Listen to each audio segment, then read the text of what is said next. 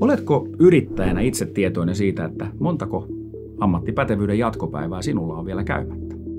Entäpä jos sinulla on useampia kuljettajia? Oletko tietoinen heidän ammattipätevyyden jatkopäivien tarpeesta?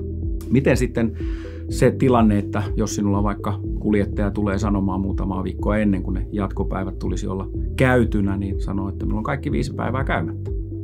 No siinä äkkiä kustannustehokkuus kärsii ja menetät työntekijän ehkä viikoksi, 5 päiväksi käymään jatkopäiviä, jotta hän voi sitten jatkaa ammatissaan työtä.